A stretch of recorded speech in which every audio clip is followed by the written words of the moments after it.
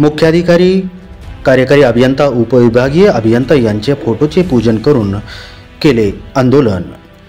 Police अधीक्षक निवासस्थानासमोरील पुलाला संरक्षण कठडे नसून याबाबत मुख्याधिकारी, नगरपालिका यांना निवेदन दिले असता तत्काळ पुलाला संरक्षण कठडे बसवावेत व पडलेले खड्डे येथील बुजवावेत या मागणीसाठी आंदोलन करत असताना संबंधित पूल हा राष्ट्रीय महामार्ग उपविभाग बीड अंतर्गत येत असून या ठिकाणी मोटरसायकल स्वार कोसळण्याचा धोका निर्माण झाला आहे।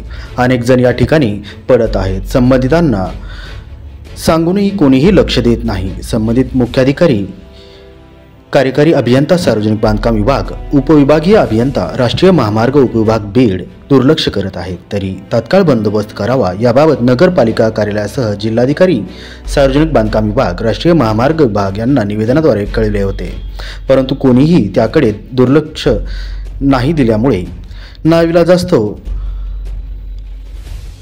फोटोचे पूजन करून अभिवादन आंदोलन करण्यात आले। यावेळी लखन जोगदंड, मिलिंद सरपते, पुष्पा तुर्कमाने, ऋषिकेश वाघमारे इत्यादी उपस्थित होते।